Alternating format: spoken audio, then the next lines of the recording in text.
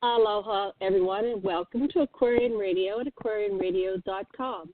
And I'm your host, Janet Lessin, and I'm here with Gillian Green, and this is an episode of We the Anunnaki. And Gillian and I are indeed Anunnaki, and we will explain that in the course of this show. I meant to ask Gillian, you want to go by Green or DeArmond? And I'll bring her on the show. Gillian, what are you going by these days? What name? You know what?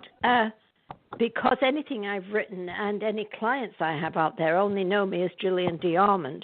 But Gillian Green is fine. I really don't care. Gillian is fine. Just Gillian's good.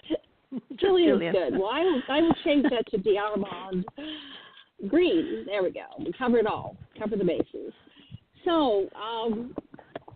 So you've been really busy doing a lot of shows on the Anunnaki lately. That's what we talked about. Yes. So tell us a little bit more. This is exciting. Well, that was a real surprise. Like I told you, I had my 81st birthday and decided I was starting at year one again because I said obliterate the 80 and I'm starting at year one.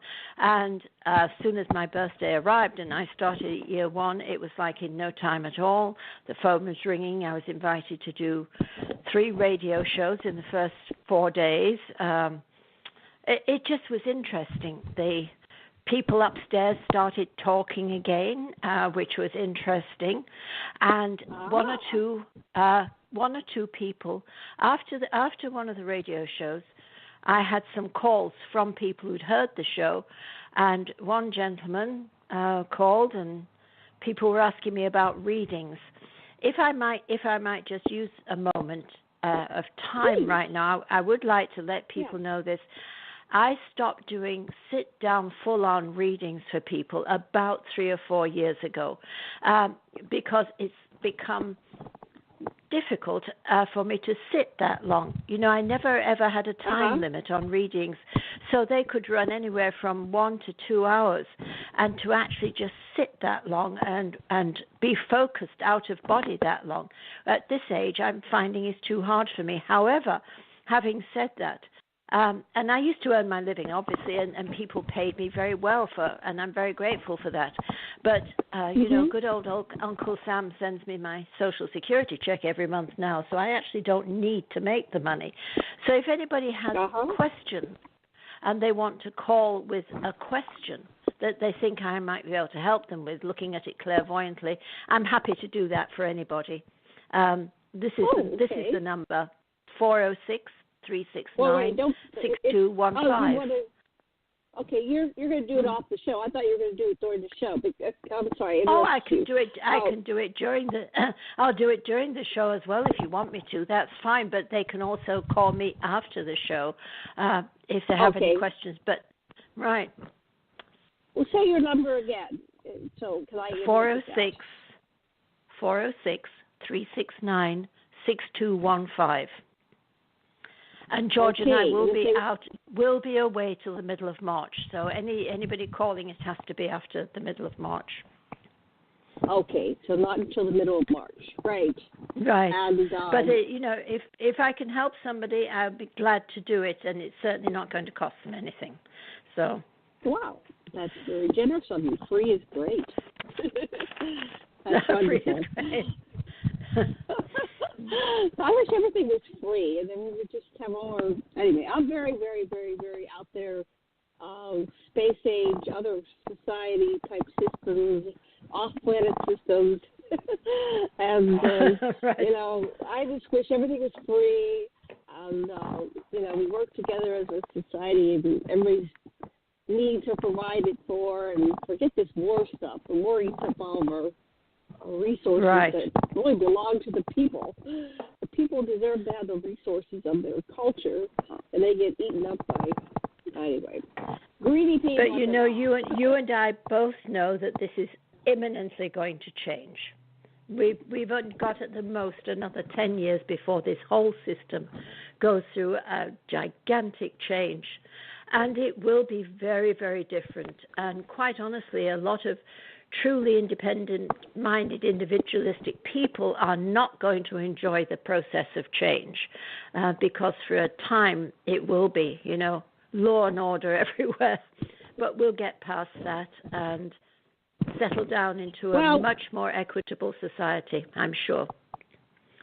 I'm working on a system where it's, there's the story of people that are able to give birth painlessly, painless birth. So I'm working on systems where it can be very painless. And part of it is opening one's mind to the possibilities and wrapping your head around where we can go and how that can be a joyous occasion for everyone as we reconnect with each other and really feel our universal oneness.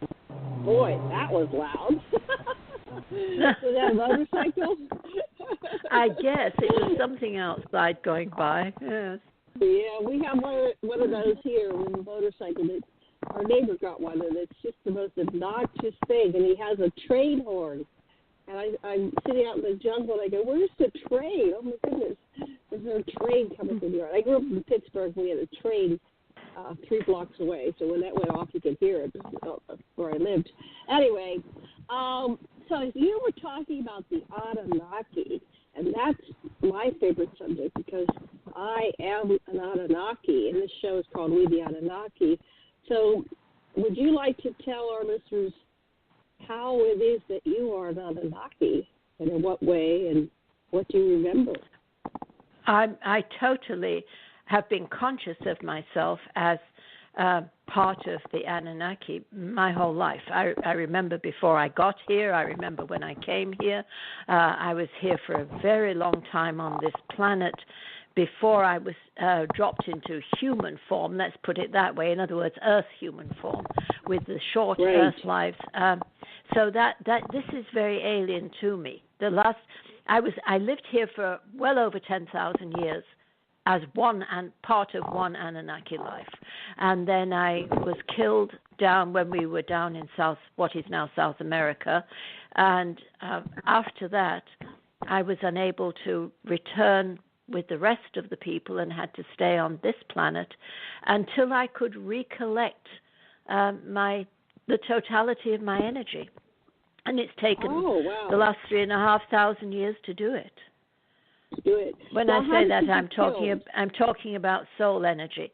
I was killed by one of those priests who cuts your heart out with an obsidian knife. He slits your chest open with an obsidian knife and yanks your heart out, and that's how he killed me. And they drug you first. They drug you with a sort of purple elixir that they force down your throat out of a tiny little bamboo cup. And you're fully conscious in your mind, but your body won't do anything you tell it. It's just you're helpless. Mm-hmm. And they drag you up the steps and throw you on the stone slab, which smells disgusting, by the way, with all the dry blood and things on it. And then they raise the obsidian knife and rip it down your chest and pull out your living heart. I was very conscious of the fact that I was in trouble simply because you have those few seconds of consciousness after they've ripped it out. In other words, there's still enough oxygen in the brain to keep you aware for just a few seconds. And normally those priests would take the heart and they squeeze the blood out of it until the heart stopped beating and drank it, the warm blood. That way they took the spirit of the person. Well, I saw that this priest did not do that. I saw him immediately make a tossing motion and knew that he'd thrown my heart directly into the fire while it was still beating. And as you know, fire transmutes and transforms anything that it contacts with. It changes it completely. Fire changes things. And while we're in any physical body, anybody of any situation, we have an amount of our soul energy, let's look at it that way, an amount of our total soul energy that we need to utilize in that lifetime, that we have stored in the bodies that's here. And it's stored in the form of hydrogen molecules at the base of the heart. Where the muscle overlaps, there's a little tiny space in there, and that's where your soul energy actually sits all the time that you're alive. So by throwing my heart into the fire while it was still beating, in point of fact, he transmuted or transformed or completely changed my soul energy. And that scattered it to the four winds. It's kind of the same idea, you know, in the vampire stories where they have to burn them and scatter their ashes. It's the same idea, burning and scattering. Go on. Yes. While you're talking, I'm getting a revelation. You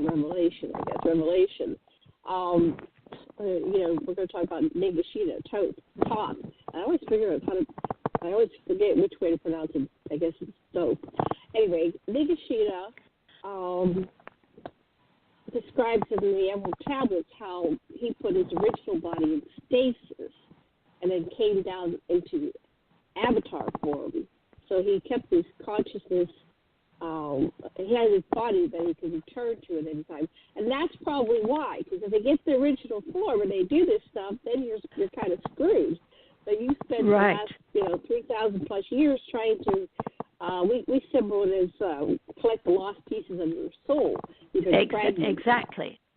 And I actually I did it in this lifetime, the last piece, but it was only about maybe. I was already in Montana. It took me till the late 1990s before I finally got the last piece, and I knew I got the last piece the instant it happened, and this energy and I coalesced, and then I was whole, and I was my total complaining self, right? Had all my energy to make complaints with. There's a lot to complain about down here, let me tell you. Right. The weather's cold, there's a lot of physical pain and all kinds of stuff. Yes. I admit I was a spoiled brat. I was Anunnaki royalty. I came in here, I don't think my parents knew what quite to do with me. So they just they let me do it. They let me do it. You and me both, right? Yeah. They actually, and I had an interesting little event happen. When I lived in Twin Bridges, this lady turned up on my doorstep. She was a total stranger, right? Didn't live in the town or anything, and she said she'd come up from Texas. She was an attorney in the U.S. military. She was a lady attorney in the military, rank of captain or something. But all her life, she said she'd been in touch with Ra, right? Now, Ra is the black sheep of my family, right? So I thought, oh, that's interesting. What's she doing here? And she said, well, I was told by Ra that I had to come and visit with you, and I have some questions I'd like to ask you. And I thought, sneaky beggar, he's been asking me these things all my life, and I've never been willing to answer. So I said, oh, well, come in, and I gave the lady a cup of tea. She was a very nice lady, and we talked for a little bit. She said, well, I'll come back tomorrow if that's all right. So I said, sure. So she came back the next day, and she had this big piece of paper in her hand, like off a drawing pad that artists use, the big sheets of sketch paper. Right, well, she had that, like a parchmenty sort of paper. And there was this drawing on it of this girl, right, this female drawing with this energy field around it. It was a nice drawing. It was well executed, but nothing spectacular, She said, yes. She said, Ra visited me last night, and he told me to draw this, and he directed me, and then he told me I had to bring it to you.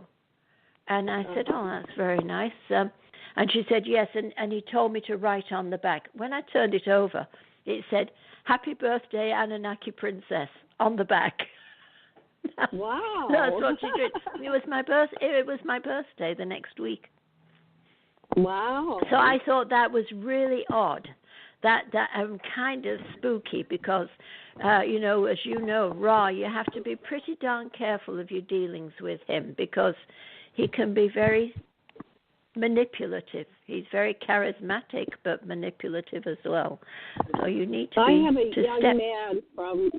a young man from Australia who is in contact with me, and he says that he's Marduk. And so he knows actually. We're having this conversation, but he says credit for everything he's done before. Yeah. He's now a young man in his mid-20s, and he's the father of a young boy that's about 3 or 4 years old, and he's married, and he's kind of the new age. I don't know what they call it. I don't know if it's called punk, but very, very new, very modern. He's a musician, but he's the stuff that comes out of him though is just like, oh my God, this is definitely an old soul, and right. So I just wonder if he's a threat of Marduk. Well, he's certainly not Marduk. That's for sure, because Marduk's coming back on the deal that he cut with the council, 15, 20 years ago. He cut the deal with them. He said, okay, the council meeting began, the foundation of it began, 3,500 years ago was the first meeting where this was laid out. And it was decided at a Grand Council meeting that they needed to do something to correct their own mistakes on this planet. They'd already left. They'd been gone about 500 years. The place was falling apart. People were breeding all over like rabbits, and everything was getting out of control, and they were having wars all over the place. So the Anunnaki said, this is our mess. We have to think of a way to clean it up. And that's when they came up with the idea of sending a Christed one, some enlightened being who would work with them and show them how to live right again, right? So Ningishida opted to leave him at his own self behind and come down and take on the role of the biblical King David to establish a genetic lineage so that they could birth down the line a being whose father obviously was one of the Anunnaki off-planet beings, but whose mother was 100% human with the mitochondria to produce a child with all its memories. Some child, from the moment it opened its eyes, it would know who it was, and what its job was, and what it was going to do. And they said, this is a tricky job. We need a volunteer. So the junior member of the council volunteered. And the junior member of the council at that time, unless I'm very much mistaken, was our good friend Marduk, who, as you all know, is the Egyptian god Ra, right? So he stepped up and he said, I'll do it, but on condition. And the condition is this, that I will be born to be a prince and a king of Jerusalem, which of course is the central hub for rulership on this planet, right? I will be, if I can be born into a princely line, so I am legitimately the heir to the throne. And if they don't make me the king and they kill me because of the message, then the council guarantees that I get to come back and run things anyway. So they had much discussion about this, and they decided that, yes, this was the deal they would make, provided he promised to be a reformed character and do things right. Because essentially, this whole thing for the last 2,000 years of trying to teach right living has been about the Anunnaki assuaging their conscience for what they did and balancing their own karma with this planet so they can move on, because they can't move on until we move on. They're stuck, right? So there's so Marduk has already been promised the rulership of this planet. Unless I am totally screwed up and mistaken, and I'm pretty sure I'm not. Because it is his turn. Was this a meeting that you were a part of? What is your role? How did you get this information? No, David told me about it, but David's Ningishida, right? The one I call David is Ningishida. Yeah. And Ningishida's my grandfather. When I'm not down here and I'm up there, he's my grandfather. So he told me. He tells me everything. Okay. And has done all my life, right? Right. So you've been in constant contact with Ningishida. Right. And others, so of course. But tracking all this down as well, and there's so many variables on the story. And I'm not judging, I'm just collecting the stories by the people that come forth.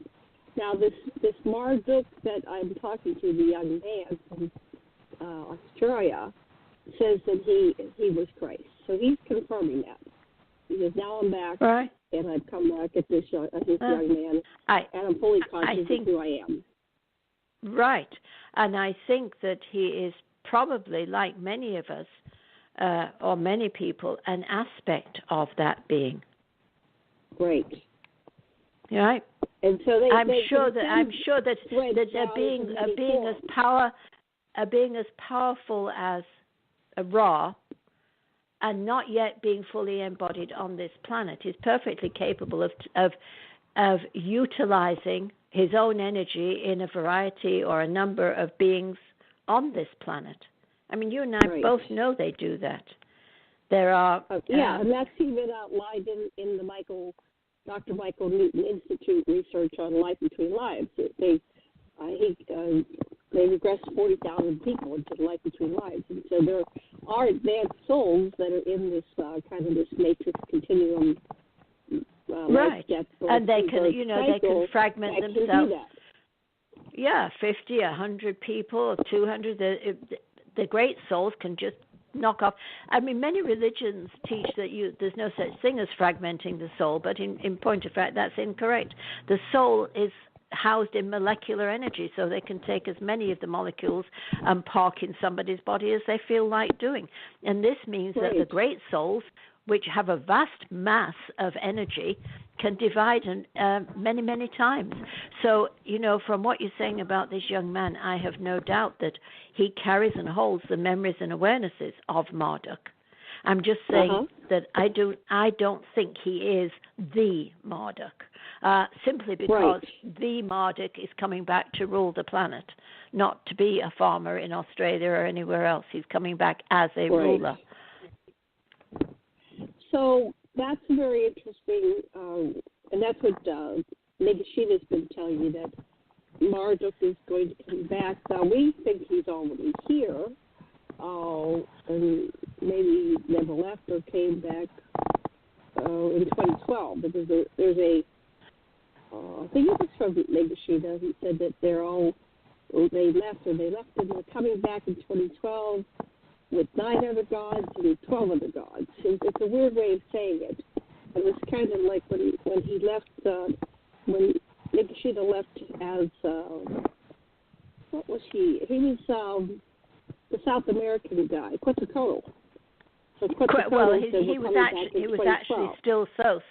He was still Sos, but when he went to South America, they called him Quetzalcoatl, the feathered serpent. They called him Quetzalcoatl, yeah. So he's the one that said it. It's written in Sitchin's book, and Sasha was reminding me about it. And so, anyway, so I was tracking down. I wanted to get your opinion on. I'm looking at the royals in the UK and Germany and World War II, and how that was really like a battle of two brothers. We had David, once again, who is a great-grandson of Victoria, and they have 2 series on now, The Crown and Victoria, and they're really taking us down to great detail. It's based on the diaries that these, I guess the royals are required to leave very detailed diaries, because, Aki dictated his diaries, his memoirs. They were most of them habitually at the end of every day write in their diaries. Some are better at it than others. They mostly do it, but and the history, of course, of Europe and Britain, that whole European. I mean, all the way up to into Russia. You're looking at a giant family, right? They were all related, and as far as I know, none of them have royal blood. They become royals. They've made themselves royal, but they're not. The only royal lines of true royal lines, so far as I'm aware, was through Mary, Queen of Scots, and the Stuarts. That's, I believe, that if you want to go down the bloodlines from the Merovingians in France, then you end up with the Stuarts, and that's the royal bloodline. The rest of them are. Because I my partner before my husband was Jason Stewart. But I've got something with we have to define royals, and so we got the Merovingians, but I think we're tracing back to the Anunnaki, and there's one common ancestor that has the blue eyes and introduced blue eyes. So if you've got blue or green eyes, you've got this bloodline, especially if you're rhesus negative, and I am O negative. So I'm looking at myself, and I did my genealogy, and I'm like all Northern European, and then I married a Russian husband, and he's got the blue eyes. So it's almost like on some subconscious level we're drawn to find each other again, and we never had children, but we're married and we're partners, and we've got this common ancestry. So you're saying the Stuarts through Mary, Queen of Scots, and Mary was that Henry's? Was that Mary's son? She was her cousin Elizabeth I of England had her killed, had her beheaded. Yeah. But Mary Queen of Scots' son was King James V of Scotland and James I of England. So for a while we did have the. Well, I don't think so. I don't think so. It depends. I heard that he was kind of crazy. And, this is what Sasha, he's kind of he's a historian. He said John was a bit crazy. He was different. Let's put it that way. But so much, I don't know why. Maybe there was an antagonism among the British writers, the English writers, to write anything good about him. But he actually did a lot of very good things. And if you research his history in document form as opposed to books that people have necessarily written about him, he's not nearly as bad as they made out. I mean, yes, he had some pretty bad things going on, but not as bad as they make out. And the other side was that he was a highly intelligent man, a gifted writer, and just so many talents going on. I mean, I'm not in favor of him one way or the other, but he certainly wasn't the bad character or as bad as has been made out. That's for sure. But I just think I'm looking at how are they related. So King James was related to Henry VIII. Elizabeth the First was a cousin. So anyway, I guess we'd have to look it up. But they were all related. Well, is Elizabeth part of it? Yeah. Yeah. I mean, they all had relationships at that time. But then you come to a point in history where actually at the end of Tudors, Plantagenets, what came after that? But you come to a point in history where you no longer have the true royal bloodline in there. And then, of course, by the time you get to Victoria, you'd had King George III on the throne, who was crazy. I mean, he had porphyria. As far as they can work out, he suffered from porphyria. And when he died, he had no one of his own, and his niece, Victoria, came on the throne. But by then, the entire British royalty was German. They're all German. The court of Victoria spoke German. Yeah, they spoke German. Yeah. And so these shows are talking about and yet somehow they're related to the Anunnaki. I mean, Elizabeth the First. Well, yeah.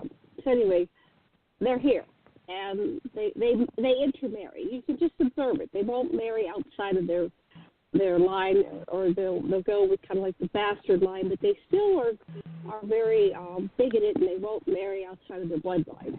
And that is what we're looking at is the Anunnaki royals, what's left of them, and they basically control, the world. From what I'm getting, and the reason why World War II really went so bad was because David went down and he was hanging out with Hitler, and they are revealing these letters, and he, after he abdicated the throne and his younger brother took over, Bertie, he was bombing the hell out of London, his own people, because he was hoping to bomb them into submission and take back the throne. So this is a brother against brother thing, just like we had with Enki against Enlil and vice versa. And it's going through. So then the next generation, Elizabeth, she marries Philip, and he's a Mountbatten. He gets his name Mountbatten, but he's a Nazi. He's related to them. He goes to bury his sister, and there's this full Nazi funeral, and he's walking behind it, and he's going, "Oh my God!" You know, he's terrified. To hail Hitler, and the whole city was swastikas, and so then he came back and was back in England and being raised and sent to the Scottish school up there to humanize him a bit. But still, the Mountbattens and this whole dichotomy between the two clans is going on. So they killed Mountbatten somewhere in the 70s, I think it was. So they're through the ancients to the modern time. They're still doing their stuff. They're still killing each other. They're still competitive. So what do you get is going on here? When is this ever going to be over? This is a war. This is a family feud. That's what it is. And we are the party. Yeah, exactly. Huge family feud. Go ahead. Okay. So I think what you have to do is take a giant step back, right? Right back. And look at the planet and its people from an entirely different point of view. And I am not advocating this as right by any manner of means. I'm simply saying that this, in a way, is the way it is, right? I don't like it, but if you go back in history, not very far, a couple of 100 years, and look at China, you will find that the Mandarin class in China, for example, this is an example, all had names. But all the people who lived in their villages and towns had no names. They were only known by what they did. So they would be called, cook, sweeper, gardener, cleaner. And that's why in the Chinese culture, right up till this last century, you get families full of children that only have numbers, number 1, number 2, number 3. When they say number 3 son, they're not joking. That was all the child was known by, because ordinary people were not given names. Now, this idea goes all the way back to creation. In the book of Genesis, it tells you that God names something. He says the word, and it is, right? He names it, and it is. God says frog, and there's a frog. The idea of naming something is allied with the act of creation. And so the people who were granted that were the ruling echelons, because they had the right to create things, meaning they could create buildings, they could create countries, they could create wars, they could create things. And therefore they had names, and the rest of the people didn't.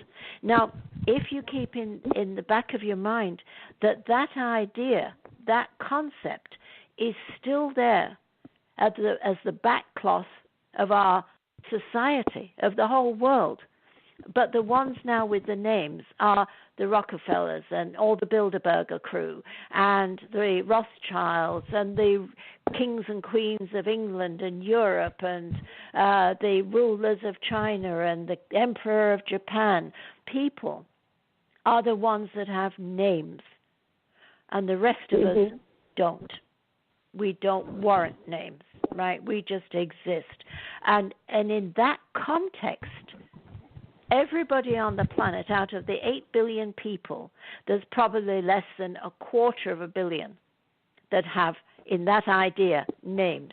The other 7 3/4 billion are nothing. That's the underlying concept. And that's what's behind all these rulerships. And that's because from the Anunnaki, right?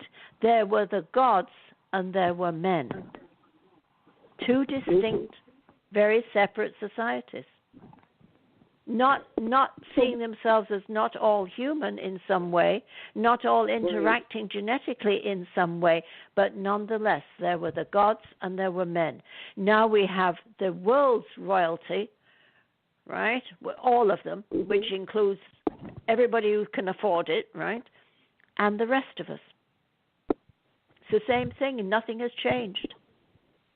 Nothing has changed, and nothing will change in a major way until we get completely different ideas, until the people without names, in other words, all of us, take back our planet and say, this is our planet, and we have as much right to live here as you.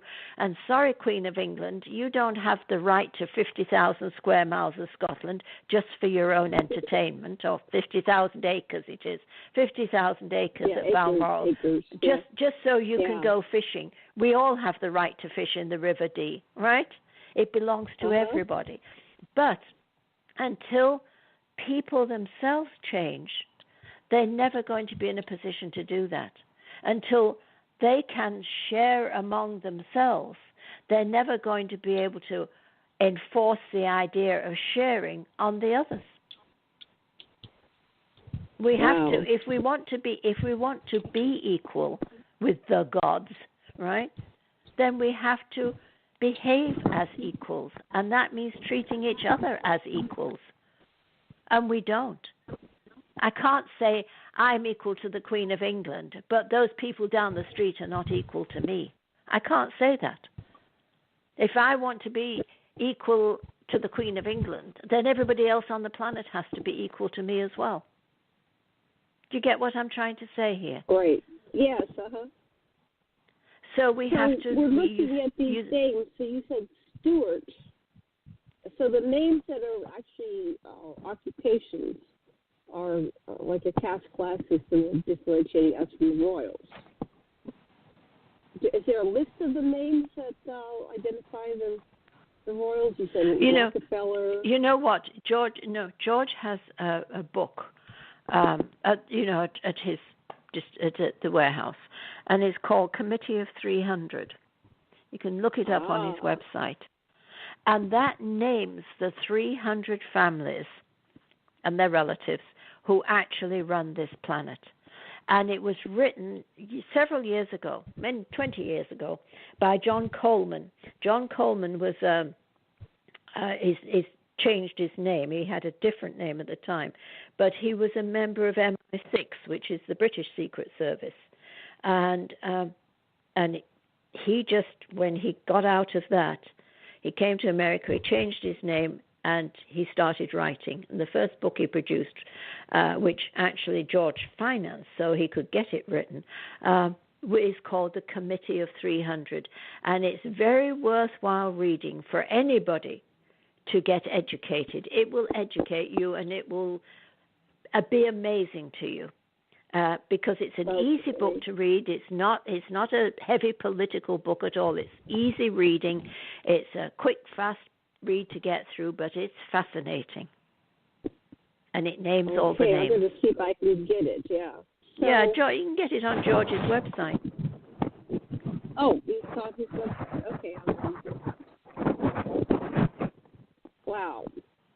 So Ra is coming back. Right. I believe he's back on the planet, actually. And he's back, right. We think he's back. Mm. And so who's in charge? It's not the royals? No, I don't think the Anunnaki have taken on their role of leadership as yet.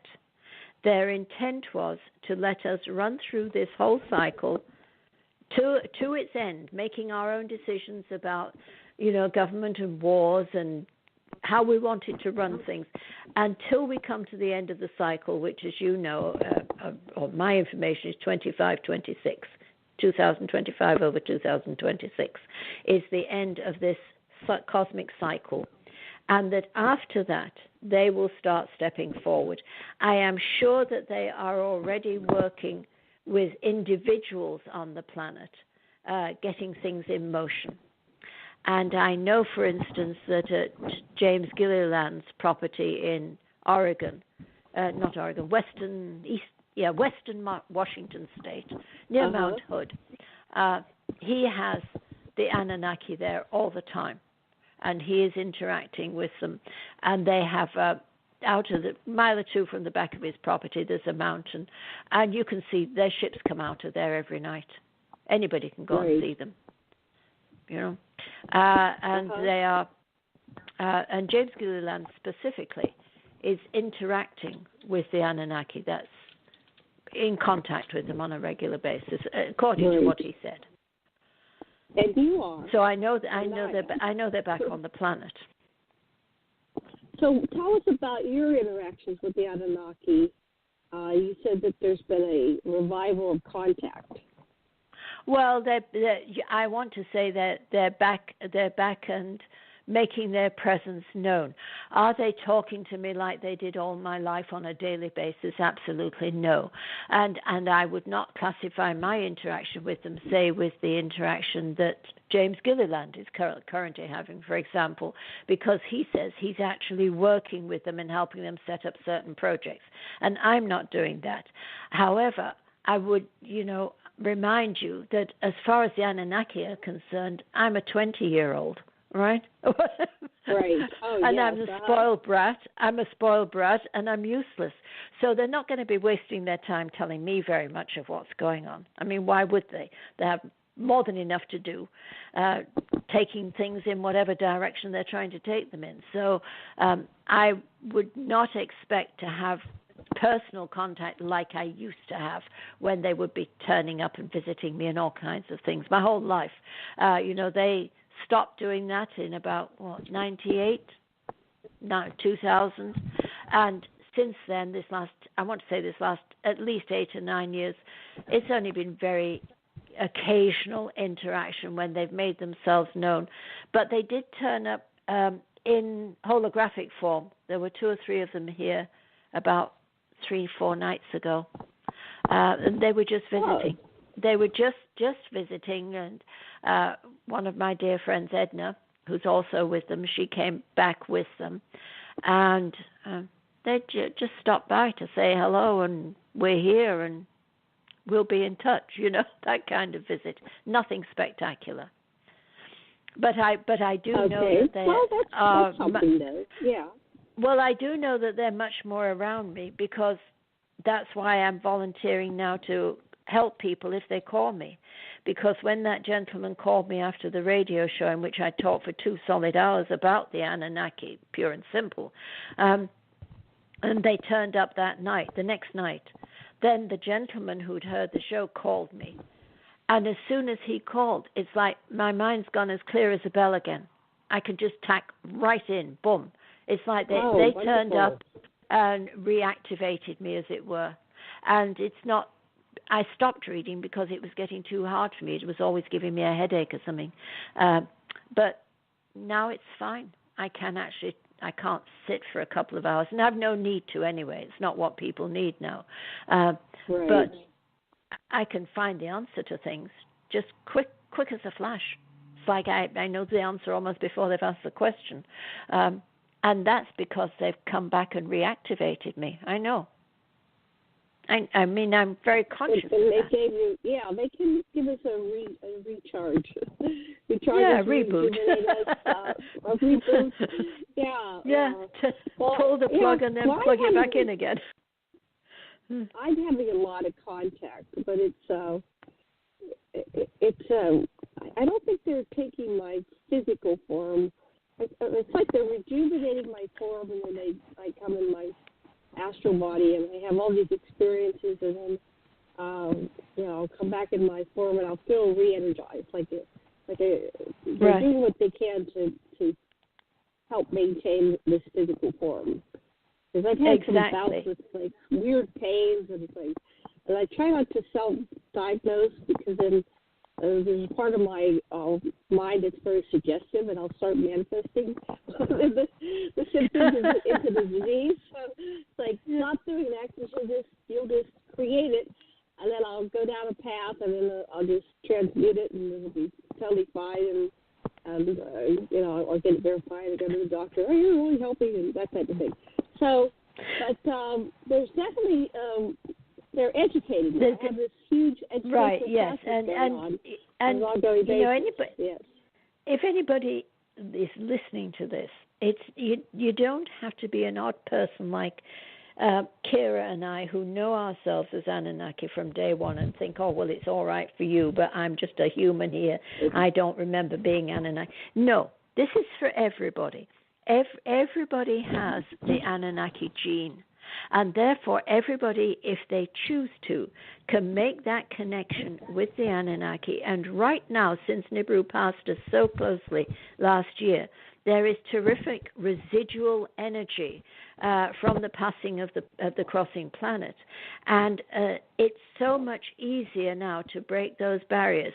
If you thought about it before and decided it was not working for you, to be in contact yourself, if that's what you would like, then I suggest that you try it again. You make the effort to focus and give them permission to contact you. And remember that they have more than one means. One of the main means that the Anunnaki use to contact people on this planet is through the dream state. When you are dreaming, they come and they give you messages directly into your mindset. So if you have interesting or unusual dreams, take out the main components of it. Don't fret all the detail, just the main components, and try and understand what it's telling you, because they do use the dream state a lot to get through to you. You might even like to get yourself a dream book and tell them, okay, I'm going to use this dream book to interpret my dreams with. So if you want to tell me something, please use this as a sort of a language between us, like, if you dream of spaghetti, it means you need to go and tidy up your closet or whatever it is in the dream book. Tell them that you're going to use that dream book, and then you can check your dreams by that means. Or you can just make a note of the main parts and work it out for yourself. But the dream state is very much used. They can also come and inspire you to have ideas. And they are particularly fond, don't ask me why, but my experience with them is, when they're off planet, is that they are particularly fond of watching television, movies on television. If you sit down to a movie, good movies, nice movies. You remember movies like John Wayne movies, when he was in that one, The Quiet Man, or Gone with the Wind, or all kinds of movies, but they seem to like movies that have a sort of romantic thread running through them in a quiet sort of way. And they will turn up and stand around in your room. You will feel the energy. If you can't see them, you will still feel the energy. The room will heat up without you turning the heat on. And then you'll find suddenly you feel as if you're sitting in a cold draft. Well, that's because they're sucking all the thermal energy to maintain themselves here in their projected form. And today as well, more than projecting themselves energetically, they are using, and they have done for many years now, holographic images. So if there's one of them in your room, even if you cannot see them, but you sense there's somebody else in this room with me, and you slowly let your eyes glance around, you might see one area of your wall which seems to be shimmering. There's like a wave to it, or a shimmer. It's because they're standing in front of it. And you can't see them, but you can see the wall shimmering. And you look at the rest of the room, and the rest of the wall looks normal, but this piece of wall looks strange, right? So there's all kinds of ways they can come to you and reach you, and they can reach out to you energetically and pop ideas into your head. So try and think in terms of, if you would like to be connected with them, and now is a good time to do that, then just try these different ways of making that connection for yourself. Anybody can do it. Anybody. Yeah, they can. Right, because they're just waiting for you to be proactive in the process. They're not. Right. They really care about us individually and collectively, and they don't want to scare us. But they often they may try attempt contact, at your invitation, and then you get freaked out, and then they'll back off until give you time and space to learn how to be present with them and to be okay with them in the room with you, and things do shift when they're around. And I know that very well. I often I'm bilocated. I'm there, but I'm in my room as well, and I'll be back in my body and back in the bed, and I'll say to Sasha, I'm still in the vibratory frequency of where I was just at. And, I ask them, can you sense the difference in the vibration? It's a much higher level, but it feels often like I'm bathing in love, because there's a lot of love coming. Right. When we're separated from love, or we feel separate from love because of these thick skins that we have. We're in the skin-encapsulated substance. But when you're in a higher vibratory frequency, and the separation between self and the parent other is less dense, it always feels love. Yes, and I would say something about that and see what you think, because I don't think that love is coming directly from the Anunnaki, but I think it's because it's way beyond their pay grade, right? Let's put it that way. At the present time.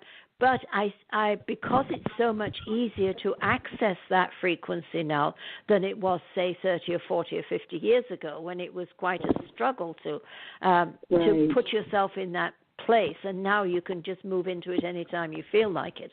I think it's because the Anunnaki themselves have made the resolve, most of them, more than half of them, to try and get back to who and what they were in the beginning. In other words, most of them are no longer interested in this planet or rulership on it or anything else to do with the sensory lives that we have here, and they're much more interested in getting back to the spiritual beings they were. So with such a large number of them focused on higher frequencies, by default it filters down to us. It's like they've pushed open the doors again, and now it's easy for us to get the overflow, so to speak, and to tap into it ourselves and move ourselves into that frequency. I have a question. Go on. Okay. Do you know the history of the Anunnaki? I'm getting some different reports, different people that are going back further in time, before they came to the Earth, to the birth process for Enki and Nima and Enlil and their parentage, because apparently they don't all share a same mother. Their father is not in common, but there was one report I got recently that in order to solve a kind of a intergalactic war between planets, there was an agreement to marry into the Draconian type species. So there were two main threads of species: humanoid, kind of Lyran humanoid, and then the Draconian dragon. And so in order to settle the wars in space that were going on, hundreds of thousands, maybe even millions of years ago, they agreed to mix the two bloodlines, and that's why we have the reptilian brains. So when people say, oh, they're a bunch of reptiles and trying to demonize them, it's like, I always say, well, we're part reptilian, so there's some kind of agreement there. So it's been symboled in many different ways. Have you ever asked David what happened, or do you remember of your own? You see, I have a whole different story to that. Okay. And if you would be kind enough to keep in mind that anything I know at all about anything, it's either because David and the guys have told me, or because it's in my own living memory. Right? So, and as I'm still only in current life Anunnaki terms, only a 20-year-old, and probably how many 20-year-olds remember what they learned in school? Not many, right? So keeping keeping that in mind, right? Having said that, the Anunnaki, as far as I am concerned, began their life as with the creation. They were created from the light. They did not come out of the creation. They came down into the creation.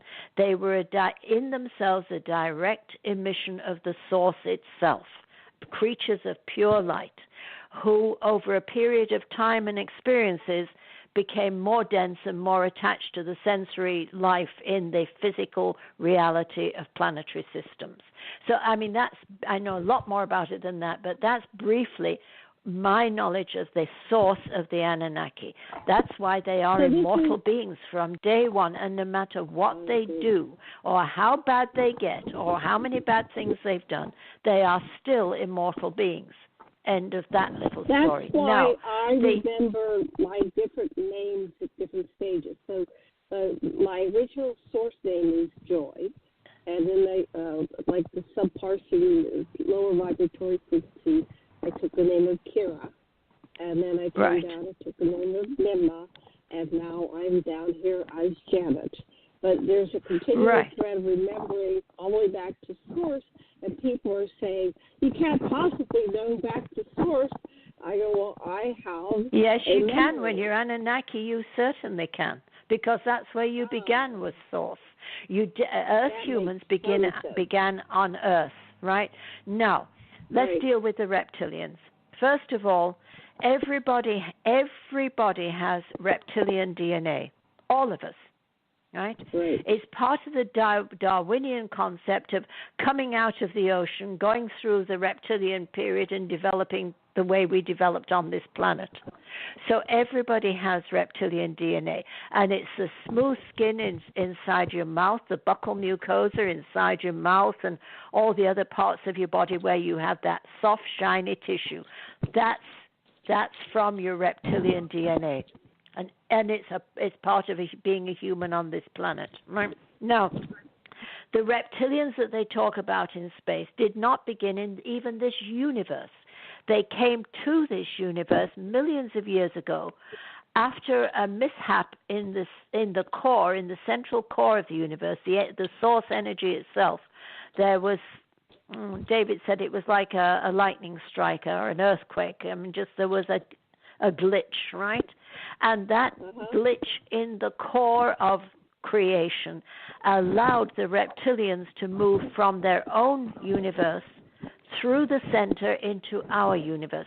Universes are not generally connected one to another, and I'm not talking about parallel planes of experience in one universe. I'm talking about entirely separate universes, which, according to the Anunnaki information, there are 294 created simultaneously when our universe came into being, all at the same time. Right? So the reptilians, at some time, eons ago, came through from their universe into our universe and established a base for themselves on the planet Draco. They are not human. They are entirely different to humans. They are spacefaring species. They always have been.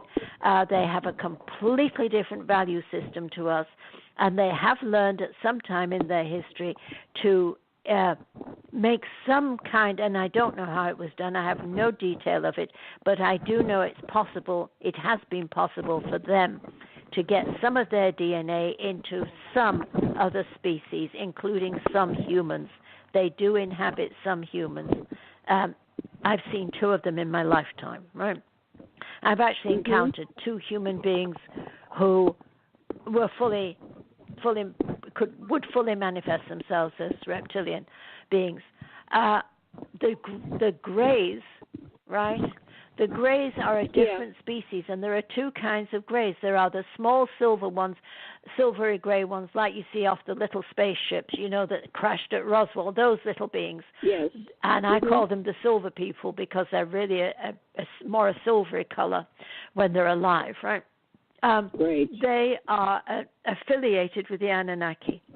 The Anunnaki took them on about, I don't know how many millions of years ago, but 4 million years ago, I know they were already with the Anunnaki because I can remember things that far back. Right? So at some point throughout history, the planet was destroyed, and the Anunnaki took the remnants of that species and has had them as helpers and assistants ever since. And they are great with anything electronic, which means that they actually are wonderful healers because they can work on the electrical field of the body, right? So anything to do with electricity or electrical fields, they are fantastic with.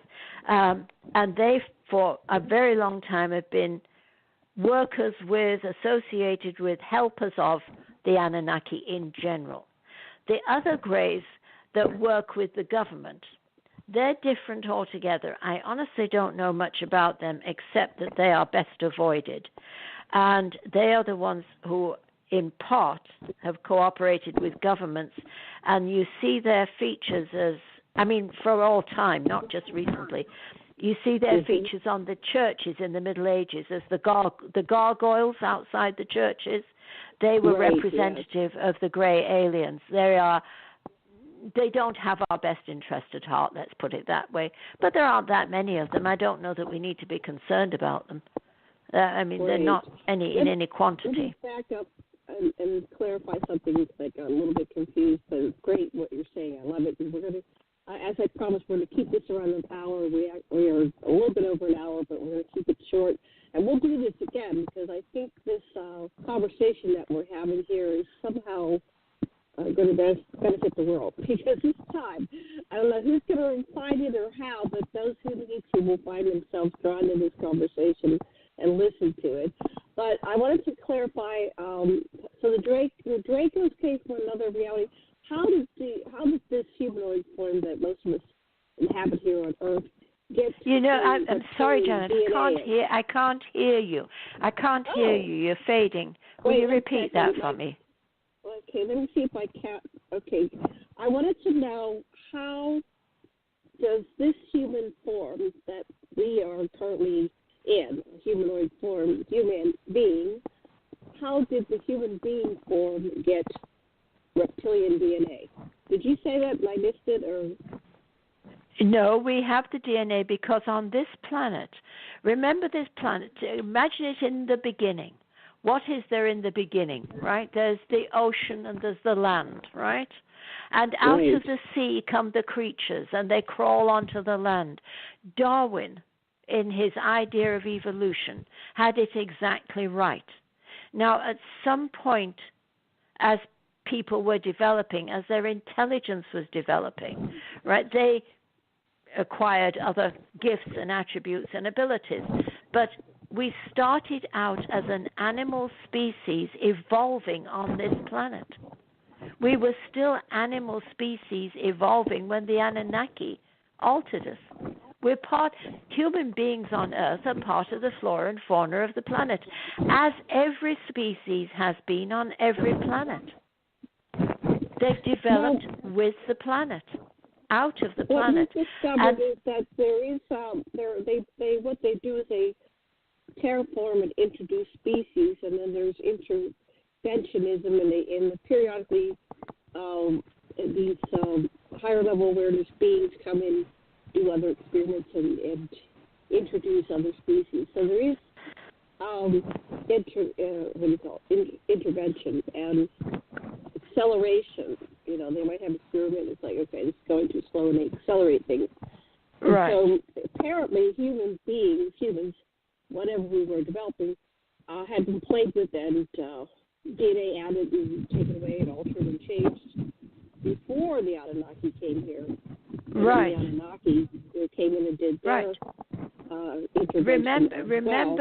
Remember that this planet had gone through a great cycle. First of all, it had come into being, right? The planet had come into being, and life had evolved on it while it was protected by the asteroid belt that nobody could get through. So how many millions and millions of years that was, I have no idea. I mean, that is so far. What I am fairly certain of is that this universe, this creation, is approximately 1/3 of its way through its development. We've had 1/3 of the, before we get to a sell-by date. We've had about a third of the time.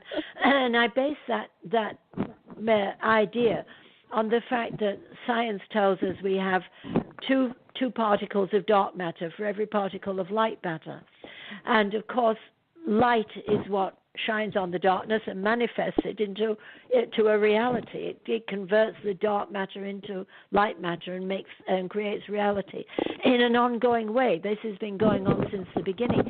So long before the Anunnaki came to this planet, there may have been many levels of civilization developed and collapsed and developed and collapsed. The point is, and the whole point, as far as I'm concerned, is that because the Anunnaki came to this civilization, this period of Earth's history, and to the people who were on it at the time that they came here, 4 or 5 million years ago, whenever it was, that because of the genetic engineering, because they put 2 Anunnaki genes into the human genome, the humans on this planet are no longer tied to the fate of the planet, which has never happened in history before. Every other planet that's ever been has had civilizations rise and fall, and when the sun died, their sun died, went red dwarf or whatever they call it, the planet perished, and every living thing on it perished with the planet. And then you had to start again. Well, for us on this planet, that's not true anymore, because the people on this planet, since the Anunnaki genetic engineering, now have the potential for immortality. They did not have that before.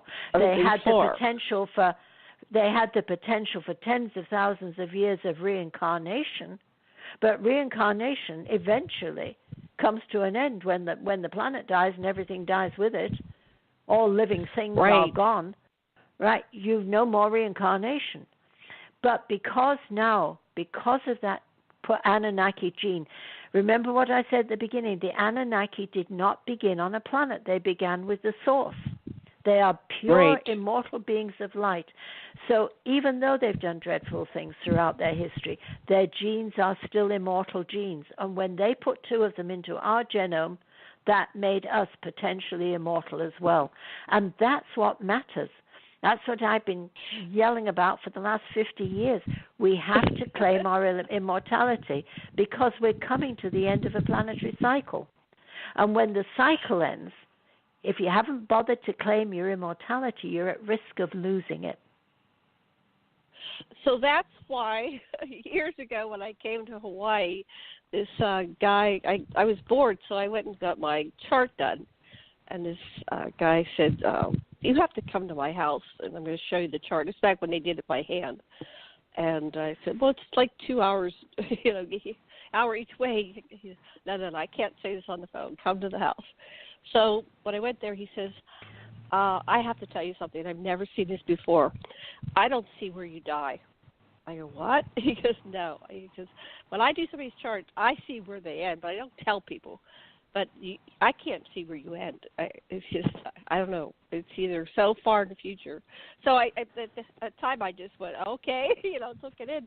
But maybe that's what this is about. You said you're starting out with day one.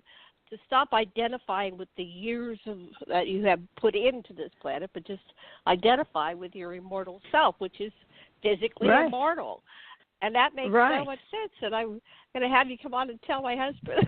So he stop believing you're X amount of years old and become who you are, which is an eternal being. Then we can really get something done here. But I think the advantage of having the belief system that we're going to expire in X amount of years is that, okay, well, I'm going to die when I'm 90 or 200 or whatever, and I better get stuff done. So if we came in knowing that we've got, this immortal life, endless time, we might not have done what we needed to do in order to accomplish what we've done thus far. And I think we're doing pretty good. I'm going to wrap this up because I promised you it would be about an hour, and I think it's better we have the shorter shows. We could talk forever, you and I. And I want to tell our listeners, so we're going to be at the International UFO Congress, ufocongress.com. Let me get the date, which is coming up. 14th of February, and Valentine's Day. 14th. So we're going to have a table, and I hope, Gillian, that you come over and sit with me. And I'm open to meeting people. Come up and say hi. Dr. Lessin will be there, and George is coming, George Green with Gillian, and we're going to hang out, and we're there to kind of rub elbows with everybody and say and howdy. Answer questions. Aloha. Answer questions. Answer questions. Yeah, it's time for everybody to wake up, and I'm a nerd, and my husband's a nerd, and Gillian, you sound like you're nerdish too. We just study and correlate information. I'm a total nerd. Total nerds. George, I know George is a nerd, and we're here to help humanity, because that's what it's really about. It's not about money. It's about love, and sharing the love, and waking up everybody so we can all. I see us having this huge party, the whole world, in this enormous celebration. That would be good. I think that would be good. And while you're down here partying, I'll be in my little spaceship zooming off somewhere else. Oh, well, you'll just make a holographic appearance and say, hi, I just wanted to say thank you. Thank you for being my friend. Anyway, I'm going to let us go, but we will be back, listeners, I promise you. Gillian, I just love you so much. It's a delight as usual. I can't wait for us to see each other again. And, I was talking to Michael Sala. You know Dr. Michael Sala, Gillian, who he is? Anyway, he's a nice guy. I don't. And he said you know that me, I don't know anybody. Well, anyway, I've been so blessed to get to meet everybody by being a radio host and attending all these conferences. But he said that lately the military has been interacting with a species of tall whites, so they're probably Anunnaki, and they're They're in total cooperation with humanity, and they're here to redirect us away from this Armageddon type scenario that's been laid out for us, over the last couple thousand years. So that was good news, and I hope it's true. But I think it is. So we will continue to connect the dots. It probably is. Yeah, I think it probably is. And I'll tell you I won't tell you why. I'll tell you next time we talk. Okay, just tell us. Go ahead and tell us. That's the final thing. Tell us why, because we're leaving on a high note. Go ahead. Tell us why. Well, because all the war and the chaos was as it's planned by the evil government. Let's put it that way. The evil governments of the world who planned these terrible things for us, they were trying to do it in line with biblical prophecy, and they wanted it to run in that line by starting the war in the year 2000.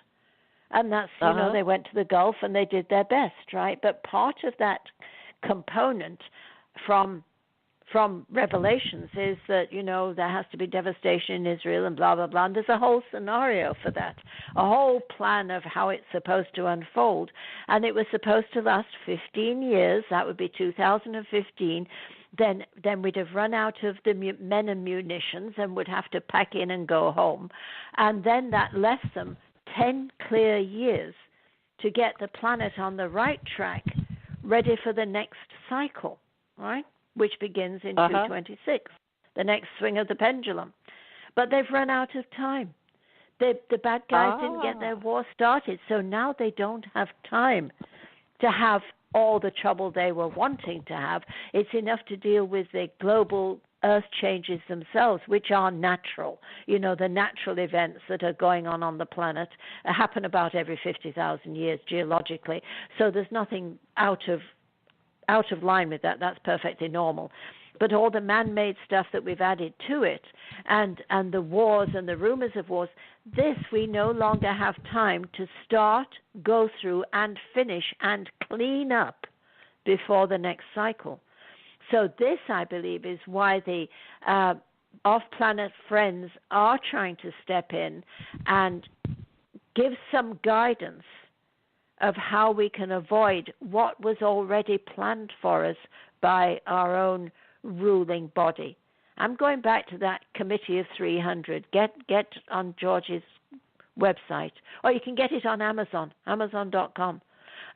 Okay. Committee of 300. Read it because it's a real eye-opener, and it will bring everything into line with what we know from a spiritual perspective.